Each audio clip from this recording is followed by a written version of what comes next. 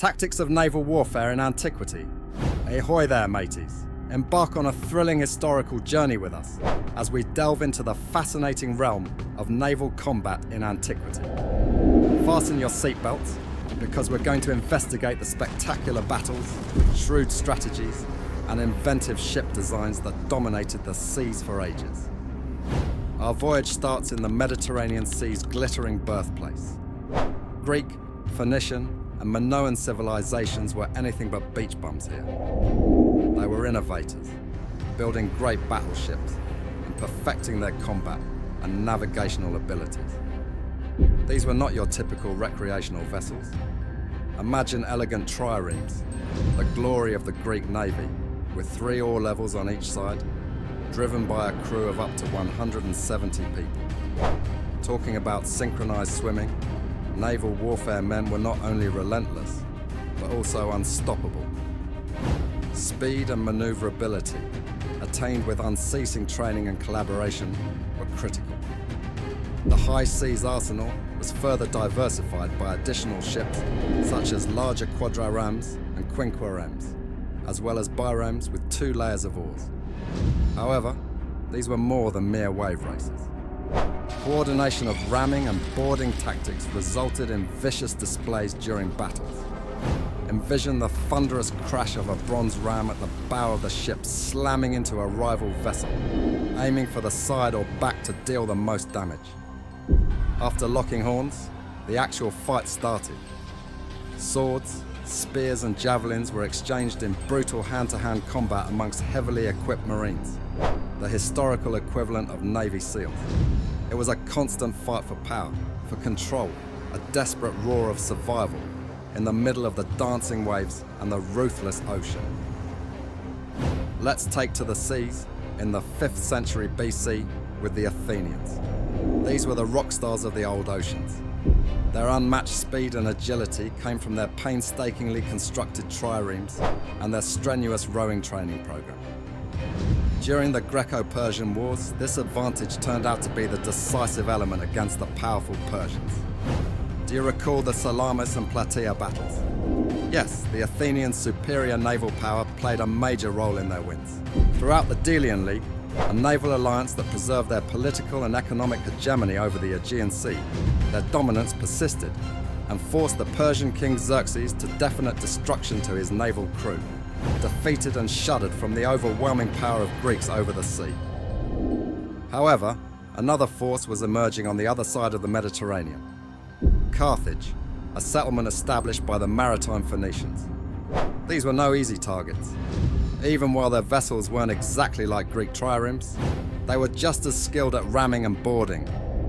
Their warfare was brutal, and they regularly challenged Athenian authority, relying mainly on trained mercenaries.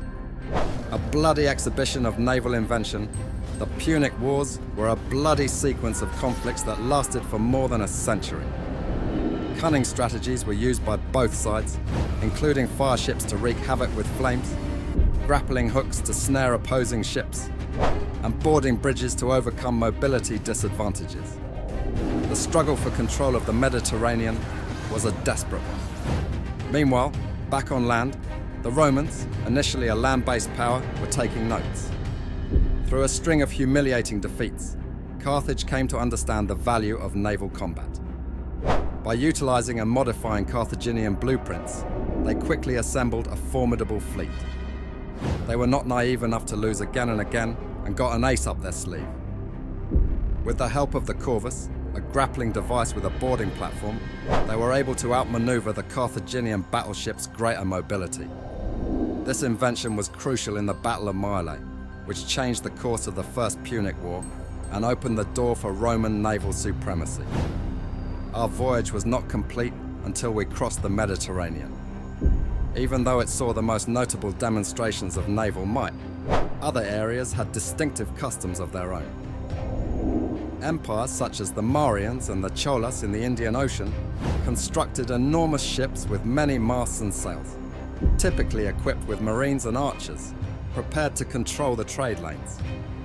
The Chinese were experts at riverine warfare in East Asia, using nimble junks fitted with grappling hooks and archers.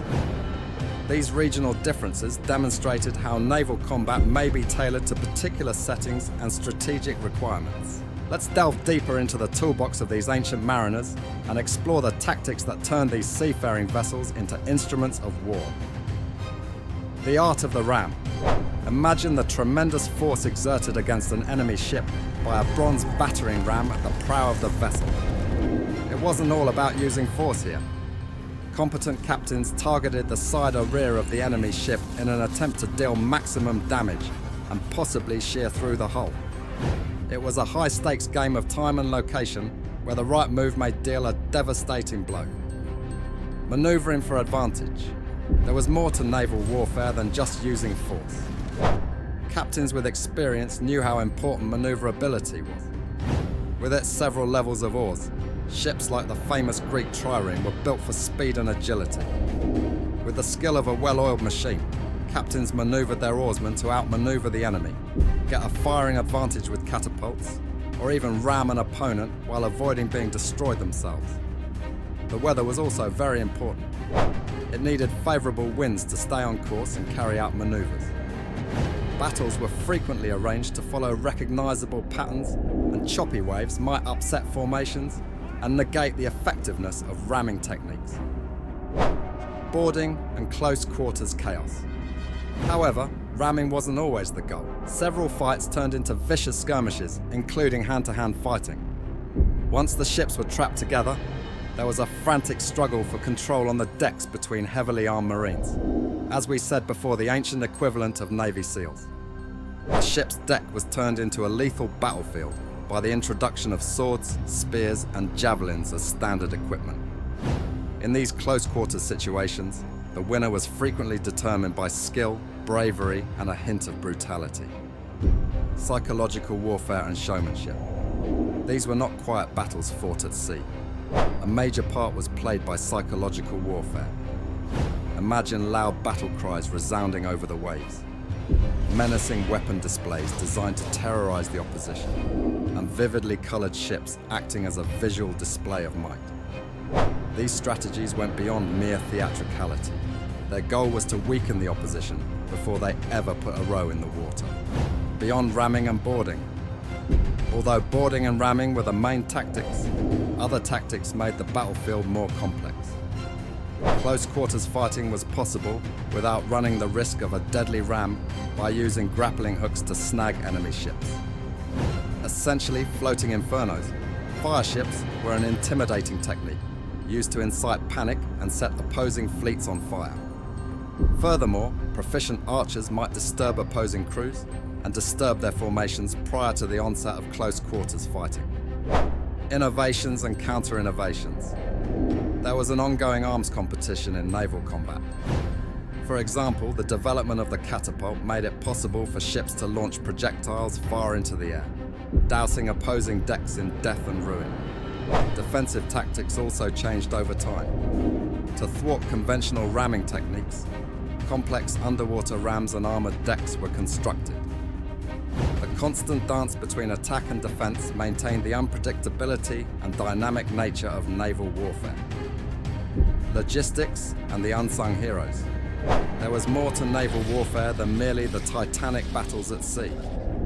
Fleets were operated by a sophisticated logistics network. Expert navigators plotted paths and directed ships across great distances using landmarks and celestial bodies similar to an antiquated GPS. The masterminds behind these floating castles, the naval architects created and built warships with specific missions in mind. The crews who kept the ships afloat, however, were the true unsung heroes.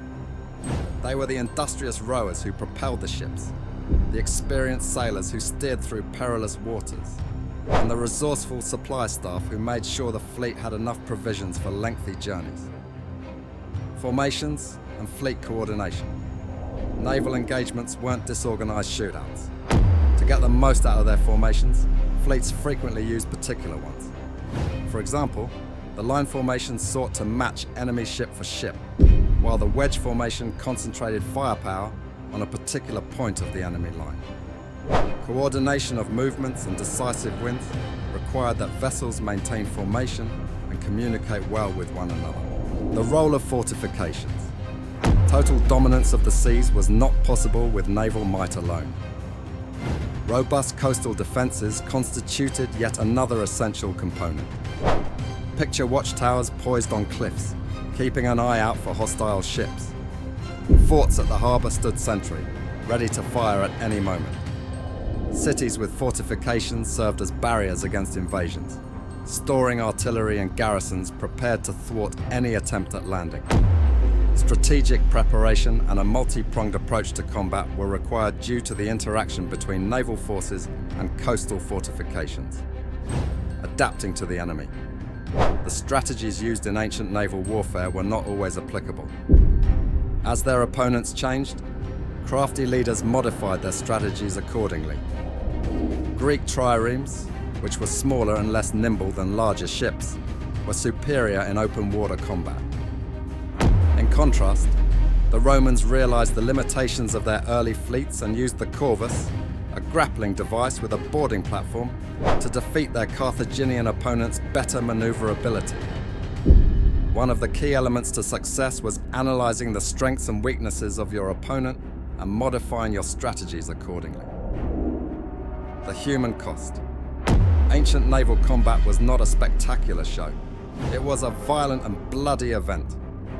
Imagine the devastation that occurred on these floating battlegrounds, the thunderous roar of battle, and the screams of the injured. The number of casualties was significant, resulting from disease, hard-living circumstances at sea, and warfare as well. Sickness outbreaks were common among sailors due to overcrowding on ships, inadequate sanitation, and restricted availability of fresh water. The psychological cost was also enormous. These ancient seafarers were deeply affected by the continual threat of violence, the fear of drowning, and the separation from loved ones. Legacy of innovation. The strategies and inventions used in early naval combat have endured. The evolution of advanced boarding and ramming tactics prepared the way for upcoming naval conflicts. The knowledge of celestial navigation and wind patterns opened the door to more accurate maritime navigation. The historical lessons from these prehistoric conflicts reverberated, shaping tactics from the era of exploration to the contemporary era of aircraft carriers and submarines. The rise and fall of empires. Empires rose and fell largely as a result of naval warfare. Seaborne victories established power over large areas, safeguarded commercial routes, and enlarged territory. The authority possessed by people in charge of the seas is demonstrated by the Athenian Delian League, the Roman Empire, and the enormous Mauryan Empire. Their dominance over maritime trade routes drove their rise to power in politics and the economy. On the other hand, maritime losses might render empires hopeless and cause them to crumble. For example, the Punic Wars severely undermined Rome and Carthage, setting the stage for their eventual downfall. A look into the past. Examining the strategies used in ancient naval combat provides an enlightening look into the past. It displays the resourcefulness, bravery, and strategic thinking of these ancient mariners, in addition to the savagery of combat. It enables us to recognize how historical developments in shipbuilding, navigation, and naval strategy were made possible. Thus, keep in mind the tales that are hidden beneath the surface of the ocean the next time you stare out at its vastness. The strategies, technological advancements, and human drama of ancient naval warfare are still relevant today, serving as a constant reminder of the sea's enduring strength and its significant influence on the development of human history. So that's it, mateys. Our exploration of ancient naval warfare tactics has concluded. We've looked at the exciting battles, shrewd strategies, and inventive ship designs that changed the course of history. Don't forget that naval power encompassed more than just maritime conquest. It also included commerce route control, empire security, and nation-state destiny molding. The legacy of these ancient mariners, from the elegant triremes of the Greeks to the creative tactics of the Romans, reverberates in contemporary naval combat. serving as a constant reminder of the sea power's historical significance. Fair winds and following seas until the next time.